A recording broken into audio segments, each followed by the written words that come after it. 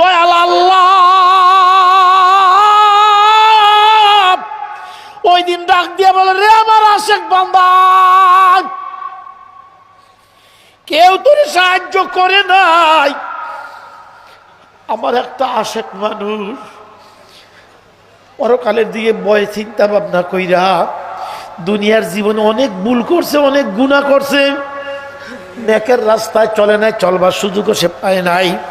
নেকি ছিল মাত্র একটা, তাও দিয়া দিছে তোমাকে, যাও তুমি যে লোকটাতে নেকি নিয়ে ব্যস্ত যাইতেছ, তুমি কি একাই যাইবা নাকি ওই লোকটারা নিয়ে যাইবা? তখন আল্লাহর পাগল বান্দা ডাক দেখো, মাবুদ গো আমি কেমনে বলি, 999 নেকি লই কত জায়গায় ঘুরছিলাম, একটা নেকি নিয়ে এই লোকটা কেমনে যাইব, কোন কায়দা আমি আপনার কাছে কমু? আপনার মতো মালিকের কাছে বলতে তো আমার ভয় লাগে, লজ্জা লাগে।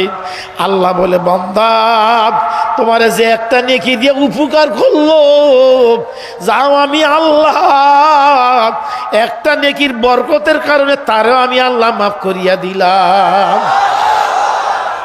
ও বন্ধুরা আমার, আজকে পীর সাহেব চরমনাই এই মজমা আনোয়ার হোসেন জিহাদি সাহেবের সভাপতিত্বে মাহফিল আসছেন। আমরা মাহফিলে বসছি, আমাদের আকাও সাহেব সৈয়দ রেজাউল করিম সাহেব অল্পক্ষণ পরে আমাদের মাঝে আসতেছেন। ভাইরা জিনাদের কিসমত বালা, ওনাদের বুঝানো দরকার পড়ে না, এদের মধ্যে আল্লাহ বুঝ দিয়া দেয়। যদি এই মজমার মধ্যে একটা লোকের উসিলায় এই লোকটার আল্লাহ মাফ কইরা দেয়, আমাদেরকে কিন্তু খোদা মাফ করিয়া দিবেন। গত করোনার সময় দেখছি কয় নামাজও খারাইবেন, মসজিদ খালি 10 জন 11 জন লোক দাঁড়াইতে পারবেন, একজনের মধ্যে 2 হাত ফাঁক, 1 কাতার গ্যাপ, তাইলে নামাজের মধ্যে দাঁড়াইবেন, বেশি দাঁড়াইবার পারবেন না। কেন? কয়েকজনের হাতের মধ্যে ঘষা লাগলে মুসাফা করতে পারবে না, স্ত্রী থাকবে একদিকে, স্বামী থাকবে আরেক দিকে, 2 জন মুখামুখি হওয়া যাবে না, রাস্তা দিয়ে তাকানো যাবে না, কারো দিয়ে কারো তাকানো যাবে না। কারণ কি? বলে কারণ একটা, একজনের লোকে করোনার ভাইরাস থাকলে অন্যজনের গায়ে চলিয়া যাবে। বাইরে দুনিয়ার মহামারীর মধ্যে যদি একজনের কাছেও মহামারী থাকার কারণে আরেকজনের কাছে যাইবার পারে। ও নেককার আল্লাহওয়ালারা, এই মজমার মধ্যে নেককার লোক বসার কারণে যদি আমরা কিছু গুনাহগার লোকও থাকি, নেককার লোকের সঙ্গে বসার কারণে আমার মাওলা বলবে, যা নেককার মানুষটার সঙ্গে জন বসছিলি, নেককার লোকটার খাতিরে তোর আমি আল্লাহ নেককার বানাইয়া দিলাম।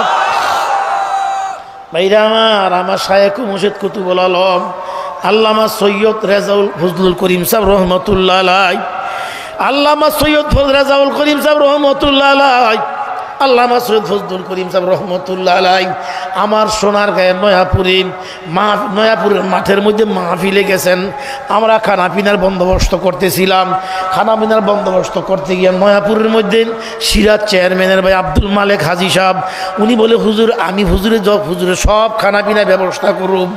তো আমরা বললাম যে ভাইজান হুজুরের খানাপিনার জন্য আমের দরকার, দুধের দরকার, সামান্য মসুরির ডাইলের দরকার, হালকা পাতলা খানাপিনার দরকার, কচি বাচ্চা মুরগির দরকার, এরকম বলিয়া দিলাম।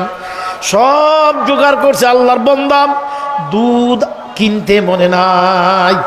যখন আমরা গেছি জিজ্ঞাসা করলাম, ভাই আয়োজনগুলা দেখি, দেখা হুজুর ভালো কথা মনে হয়েছে, দুধ তো কিনতে পারি নাই, দুধের কথা মনেই তো নাই। আমরা বললাম যে সর্বনাশ করছেন, হুজুর দুধ দিয়ে সবচেয়ে পছন্দ করেন, বেশি খানা মনে কইরা হুজুর সব সময় দুধ ছাড়া খানা পিনা শেষ হয় না। আল্লাহর বন্দা কই, হুজুর দেখি দোকানে গিয়াম, 4 দোকানে ঘুরিয়া দিয়ে দোকান বন্ধ, 2-1টা দোকান আছে ডিব্বার দুধ দিয়া চা বেচতেছে। ঘুরিয়া ফিরিয়ে আসে, আব্দুল মালেক ভাই কই, নদী ভাই আমি তো দুধ বাজারে কোনোখানে পাইলাম না। সিরাজ ভাইয়ের চেয়ারম্যানের করে জিজ্ঞাসা করে, না আমাকে দুধ নাই। আল্লাহর বন্দা আব্দুল মালেক মনটা বেজার কইরা গরুর গোয়ালের ঘরের মধ্যে গিয়া 3-4টা গরু পালতো, একটা গরু বান রাখে না, অর্থাৎ বাচ্চা দেওয়ার তার ব্যবস্থা শক্তি নাই। এরকম একটা গরু যুবক গরুর কাছে গিয়া, গাভীর কাছে গিয়া, গাভীর আর গলা দরিয়া জড়াইয়া কান্দে আর কয়, গরু রে কত আদর করে পাললাম, কত দুধ আমি তোদের কাছ থেকে খাইলাম, আজকে আমার শায়েক আসছে, আমি একটু দুধ তোদের কাছে পাইলাম না। এই কথা বলিয়া ঠ্যাট একটা গরু, ঠ্যাট গরুর গলা দরিয়া আব্দুল মালেক ভাই কাঁদতেছে। আমি আজকে লজ্জায় লজ্জিত, আমি আমার হুজুরের সামনে একটু দুধ উপস্থাপন করতে পারলাম না। আব্দুল মালেক ভাই বলেন, এমন সময় তাকায় দিয়ে গরুরা পান জ্বালনের মতো পেশাব করতে চানাইতেছে।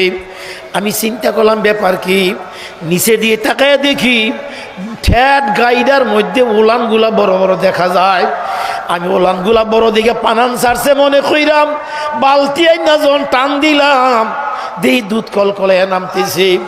দুধ নামার পর করে উলানটা ভালো করে ধুইয়া দুধ দোহাইলাম, 4.5 কেজি দুধ, 15 চুঙ্গা দুধ দোহাইলাম।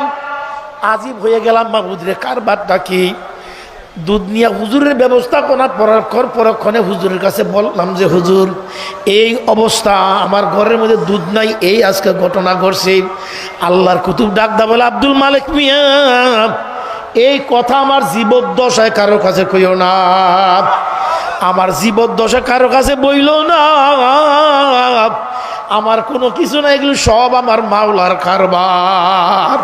কার কারবার? কার কারবার? এগুলো সব আমার মাওলার কারবার।